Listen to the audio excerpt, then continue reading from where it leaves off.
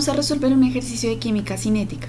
Entre las sustancias utilizadas en la guerra química, el fosgeno es el responsable del mayor número de muertes. Se produce a partir de monóxido de carbono y cloro según la siguiente reacción. Se mezcla el monóxido de carbono en estado gaseoso más el cloro en estado gaseoso y eso nos va a dar el fosgeno. A. Determine la ley de velocidad para la reacción a partir de los datos de la tabla. B. Determinar el orden de reacción global. C. Calcule el valor de la constante cinética. D. Determine las unidades de la constante cinética. Vamos a resolver el punto A, que nos dice que determinemos la ley de la velocidad para la reacción a partir de los datos de la tabla. Nos dan 3 experimentos en el cual varía la concentración del monóxido de carbono y del cloro y nos dan la velocidad.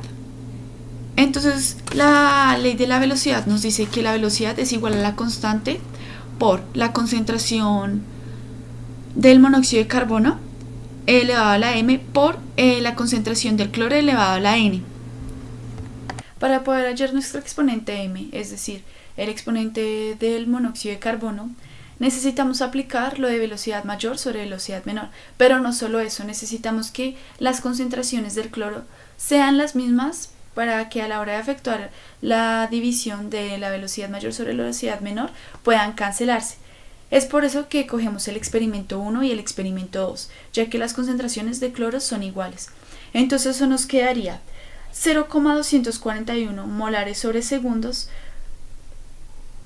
dividido 0,121 molares sobre segundos igual a en el numerador lo de que pertenece al experimento 2, es decir, la constante por la concentración del monóxido de carbono, es decir, 0,24 molares a la m por 0,20 molares a la n dividido la constante por la concentración del monóxido de carbono en el experimento 1, que es 0,12 a la m por 0,20 molares a la n. Como las concentraciones del experimento 1 y el experimento 2 del cloro son las mismas, podemos cancelarlos al igual que la constante. Además de eso, también podemos cancelar las unidades de la velocidad. Eso nos quedaría 199 respecto a la operación de las velocidades es igual a la concentración del monóxido de carbono en el experimento 2 sobre la concentración del experimento 1, que es 0,24 sobre 0,12, todo eso elevado a la m. Entonces eso nos quedaría 199 igual a 2 a la m, pero como 199 se aproxima a 2, podemos coger que 2 nos va a ser igual a 2 a la m. Vamos a aplicar la ley de las propiedades de los logaritmos, es decir, que vamos a aplicar logaritmo a cada lado de la igualdad. Nos queda logaritmo natural de 2 es igual a m por logaritmo natural de 2. Y como necesitamos la m, mandamos a dividir lo que está con la m y eso nos queda m es igual a logaritmo natural de 2 sobre logaritmo natural de 2, que eso es igual a 1. En este caso ya hallamos nuestro exponente o nuestro orden del reactivo del monóxido de carbono, que es igual a 1. Ahora vamos a proceder a calcular el exponente n, que es el que pertenece al exponente de la concentración del cloro. Para eso vamos a hacer lo mismo que aplicamos para hallar el exponente m, que es dividir la mayor velocidad sobre la menor velocidad y además mirar que las concentraciones del monóxido de carbono sean las mismas para poder cancelarlas. En este caso sería nuestro experimento 2 y nuestro experimento 3, que eso sería igual a la velocidad del experimento 3, que tiene mayor velocidad, y dividido nuestro experimento 2, la velocidad del experimento 2, que es la menor. Eso nos va a quedar 0,682 molares sobre segundos dividido 0,241 molares sobre segundos igual a, en el numerador, lo que pertenece al experimento 3, que sería la constante por la concentración del monóxido de carbono, que en este caso es 0,24 a la m por la concentración del cloro, que es 0,40 a la n, dividido la constante por la concentración del monóxido, que es 0,24 a la m por 0,20 a la n, que es la concentración del cloro. Procedemos a hacer lo mismo que hicimos anteriormente, que es cancelar las constantes, que van a ser las mismas, y cancelamos concentraciones del monóxido de carbono, ya que son las mismas. Eso nos quedaría 0,682 molares sobre segundos dividido 0,241 molares sobre segundos igual a la concentración del experimento 3, que sería 0,40 a la n dividido 0,2 a la n. Primero resolvemos la operación de las velocidades, que eso nos daría un igual a 2,8, cancelamos las unidades de velocidad y lo igualamos a la división respecto a las concentraciones, que sería 0,40 dividido 0,20 a la n, y si resolvemos eso nos quedaría 2,8 igual a 2 a la n.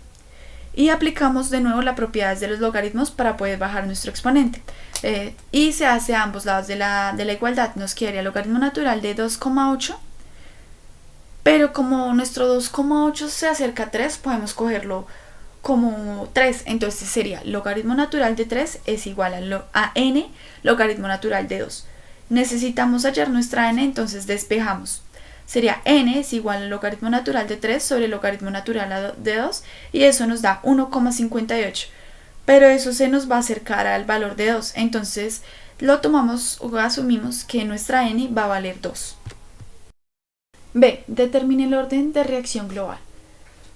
Para determinar el orden de reacción global necesitamos los órdenes de los reactivos, que eso fue lo que hicimos anteriormente. Hallamos el orden del reactivo del monóxido de carbono y hallamos el exponente u orden del reactivo del cloro. En este caso, que m sería igual a 1, que es el del exponente o el orden del reactivo del monóxido de carbono, y el n, que es el exponente u orden de nuestro reactivo de cloro, que es igual a 2.